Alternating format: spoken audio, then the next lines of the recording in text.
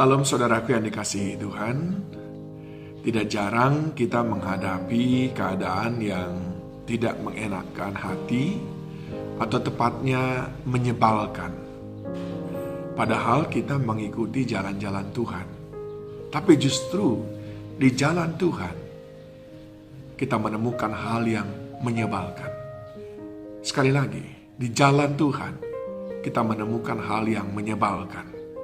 Perhatikan, di dalam Kejadian 21, di sini diceritakan ayat 8 sampai dengan ayat yang ke-13.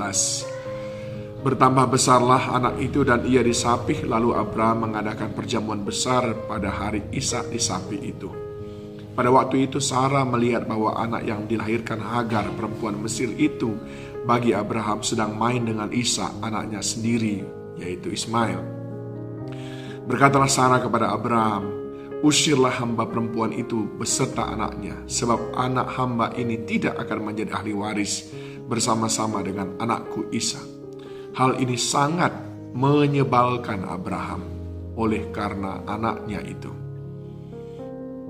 Tetapi Allah berfirman kepada Abraham, "Janganlah sebal hatimu karena hal anak dan budakmu itu.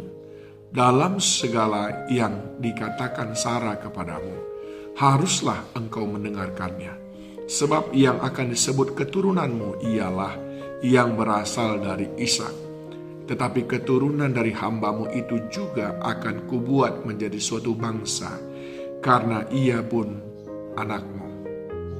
Saudaraku yang dikasihi Tuhan, kalau kita belajar dari Kejadian pasal yang ke-16, kita tahu di sana bahwa Sarah lah yang menyuruh Abraham untuk menghampiri Hagar, dan akhirnya Hagar mengandung Ismail. Bahkan sesudah Hagar mengandung, Sarah merasa terjepit. Dia merasa jauh kalah dibandingkan dengan Hagar karena Sarah tidak bisa memberikan keturunan, sedangkan Hagar bisa memberikan keturunan kepada Abraham. Sejak saat itu terjadi ketegangan hubungan suami istri antara Abraham dengan Ishak.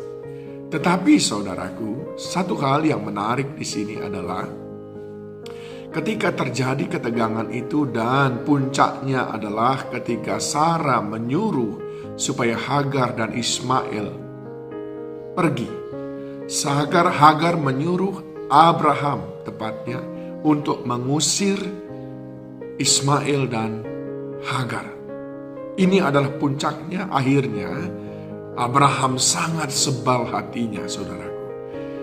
Gak pernah-pernahnya Abraham sebal hatinya menjalani jalan yang jauh, mengikuti apa kehendak Tuhan. Tidak sebal hatinya walaupun penuh tantangan. Tetapi ketika Sarah yang tadinya dia dengarkan supaya menghampiri Hagar dan mendapatkan keturunan, sekarang Sarah yang sama menyuruh mengusir Hagar dan anak dari Hagar, yaitu Ismail, yang juga anak Abraham sendiri. Disitulah sebal hatinya. Tetapi dikatakan ayat yang ke-12, tetapi Allah berfirman kepada Abraham, "Janganlah sebal hatimu." Hal yang pertama yang saya mau katakan kepada saudara, Tuhan melihat kedalaman hati.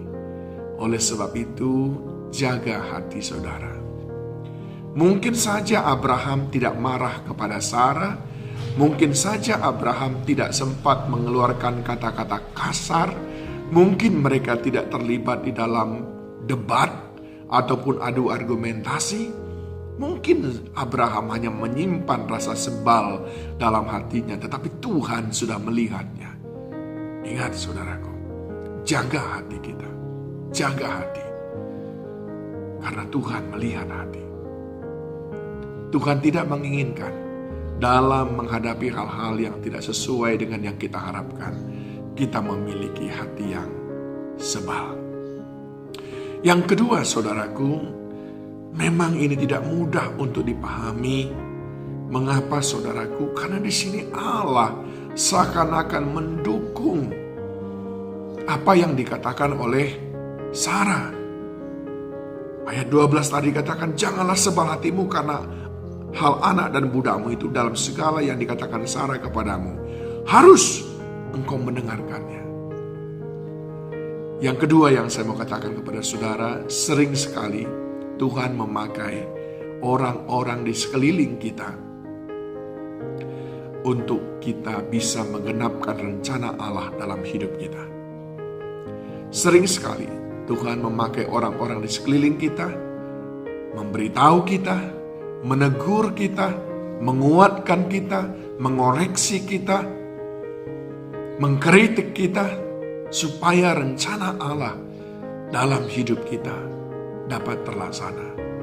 Bayangkan kalau saudara sudah sebal dengan orang yang memberikan nasihat kepada saudara. Padahal tadi Tuhan mau pakai orang itu untuk menyatakan sesuatu supaya apa yang Tuhan sudah rencanakan atas hidup saudara digenapi. Tapi saudara malah menolak orang itu. Bayangkan kalau sekiranya Abraham terus sebal dan tidak mau dengarkan apa kata Sarah.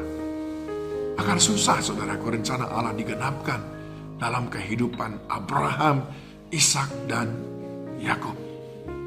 Ingat baik-baik saudaraku. Dan yang ketiga saudaraku, untuk mengalami penggenapan rencana Tuhan, sering sekali Tuhan membawa kita kepada jalan-jalan yang sukar. Saya bisa membayangkan betapa sukarnya perasaan daripada Abraham.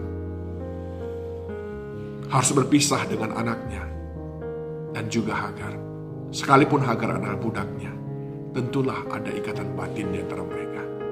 Tidak mudah saudaraku mengusir istri dan anak sendiri. Tetapi hanya dengan cara demikian, apa yang sudah ditetapkan Tuhan dapat digenapkan. Sering sekali Tuhan membawa kita kepada jalan-jalan yang sukar. Sering sekali Tuhan membawa kita kepada pilihan-pilihan yang sukar.